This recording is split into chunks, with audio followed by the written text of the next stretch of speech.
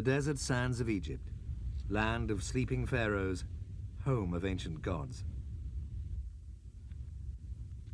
Over the centuries, a strange creature watches, looking out on the shifting sands, defying the ravages of wind, war, and time. Today, the giant Sphinx is threatened as never before. Man is the enemy, but he's also the friend, laboring to correct the damage done. The remedy? A supporting wall of carefully chiseled blocks. The warning came when part of the statue's right shoulder fell away. After many false alarms, it looked like the monument was finally about to collapse. What's more, its skin peeling off was a symptom of a salty cancer deep within. Over the years, the proud lion with the face of a king has had virtually every known remedy applied to try to prevent it from crumbling to dust. But many of the cures were worse than the disease itself. Rising moisture inside the limestone is aggravating the problem by causing salts in the rock to dissolve and then crystallize on the surface, turning the stone to powder. Higher moisture levels inside the Sphinx may relate to a rise in the water table under the Giza Plateau, perhaps caused by the Aswan Dam. In one recent rescue attempt, the lower part of the Sphinx's body was encased in new limestone blocks. Cement was used to hold them together. It was as if a living creature had been put in a mummy's tomb. The Sphinx nearly suffocated.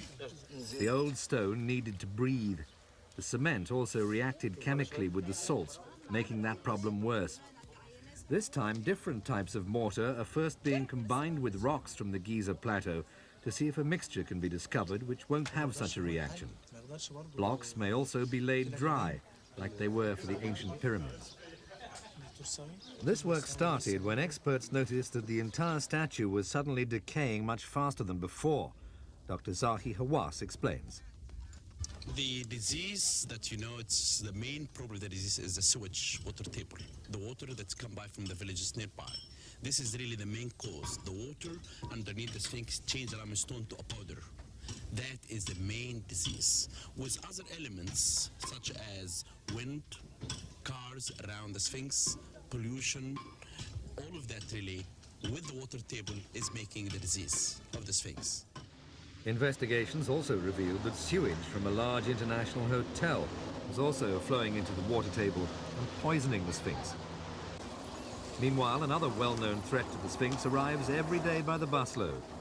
Of the thousands of monuments in Egypt, the Sphinx and the nearby Giza pyramids are the most popular. A visit can prove a challenge.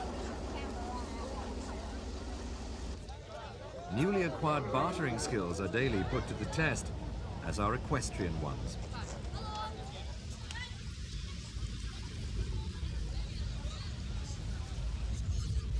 To each his own romantic adventure.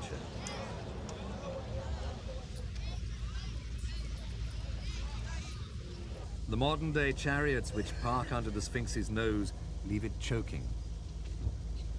For the visitors, too, the experience has its ups and downs.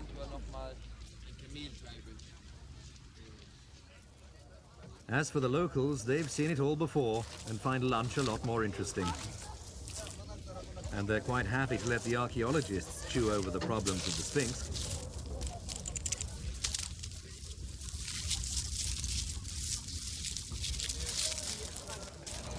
Faced with the marauding army and funny hats, the spirit of an ancient king retreats. From Giza Plateau, Cairo stretches across the horizon. So do the hazy bands of smog just above the skyline. Air pollution is not good for any of the ancient monuments. The effects on the Sphinx in particular are being studied by a team of experts.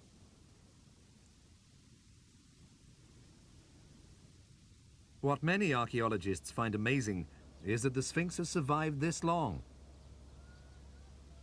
For centuries it slumbered under blankets of sand up to its neck. This is probably what saved it. Before that, in Roman times, the Sphinx was as big a tourist attraction as it is today. Campaigns to save the Sphinx have been going on for as long as the beast has crouched at the desert's edge. Its main problem is that it was crafted from poor materials.